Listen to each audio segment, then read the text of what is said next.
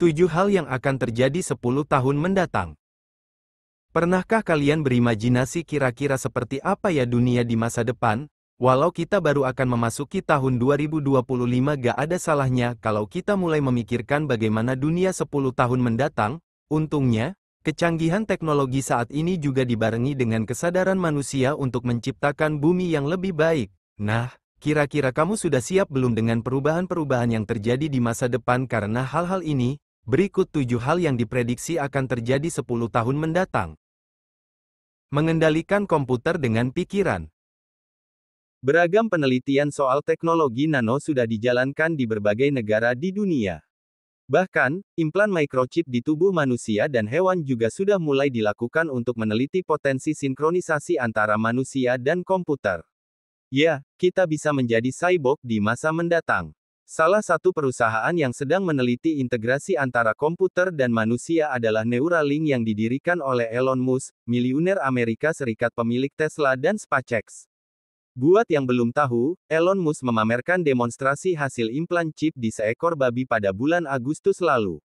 Dari hasil demonstrasi ini, chip yang ditanam ternyata mampu terhubung ke sistem saraf dari babi tersebut dan menangkap sinyal yang dihasilkan oleh neuron. Dengan pengembangan lebih lanjut, sinyal otak tersebut bisa diterjemahkan ke dalam serangkaian perintah. Dengan demikian, kita bisa mengendalikan perangkat komputer hanya dengan pikiran. Canggih, kan? Makanya gak heran kalau Elon Musk sering disebut sebagai the real Tony Stark. Robot yang membantu pekerjaan manusia. Kalau dulu, kalian hanya bisa lihat di film bagaimana robot dan manusia hidup berdampingan, faktanya, kisah fiksi itu semakin nyata. Memasuki awal 2021, teknologi robot makin maju, bahkan banyak peran manusia yang kini bisa digantikan oleh robot. Berbagai rumah sakit hingga perusahaan telah mengintegrasikan pekerjaan manusia untuk dilakukan oleh robot saat ini. Belum lama ini, robot bernama Tommy dipekerjakan di Rumah Sakit Circolo di Varese, Italia untuk membatasi kontak langsung antara dokter dan perawat dengan pasien, sehingga mengurangi risiko infeksi. Ada pula robot yang membantu kedokteran bedah, di mana robot ini bertujuan untuk memungkinkan konduksi prosedur bedah dari jarak jauh tanpa menyentuh pasien. Tak hanya itu, Korea Selatan juga punya robot yang telah digunakan untuk mengukur suhu dan mendistribusikan hand sanitizer. McDonald bahkan telah menguji coba robot untuk memasak di dapurnya. Nah, jadi jangan kaget bila kalian melihat robot di mana-mana 10 tahun mendatang.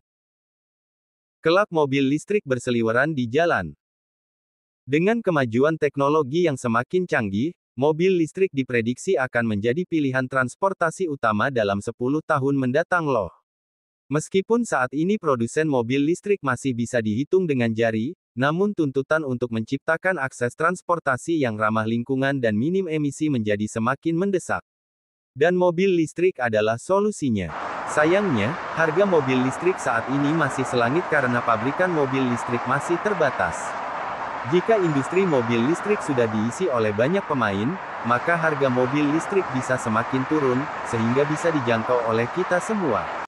Jadi, jangan heran kalau di masa depan jalanan Indonesia nantinya bisa bebas polusi karena diisi oleh lebih banyak mobil listrik. Saat ini pabrikan mobil listrik masih menjual barangnya dengan melalui importir umum.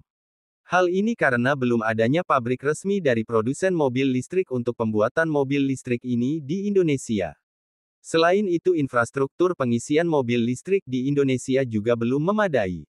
Tapi tunggu 10 tahun lagi ya, kira-kira mobil listrik kalian nanti dari pabrikan mana nih? Ramai penggunaan energi solar panel.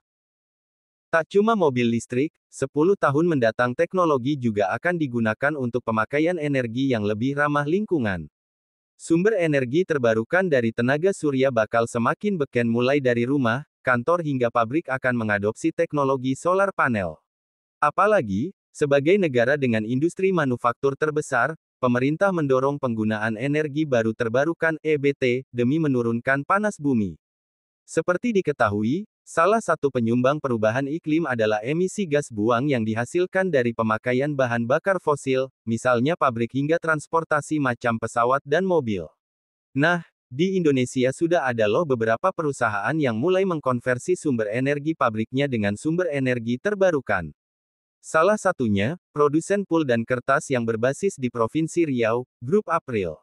Saat ini, penggunaan energi terbarukan di penghasil kertas merek Paperone itu mencapai 80,7% dari total kebutuhan energi operasional perusahaan loh.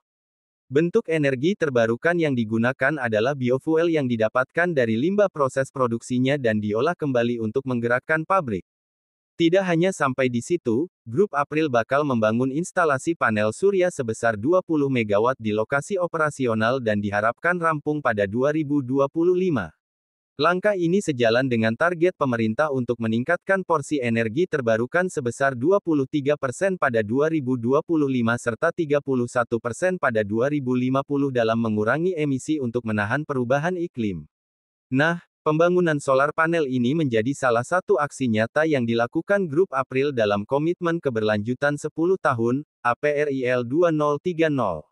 Bukan gak mungkin, 10 tahun lagi semakin banyak perusahaan yang sama tanggapnya dengan Grup April untuk berkontribusi dalam menahan laju perubahan iklim. Kemajuan teknologi energi nuklir. Pastinya sudah pada tahu dong kalau negara China membuat matahari buatan yang berasal dari reaktor nuklir.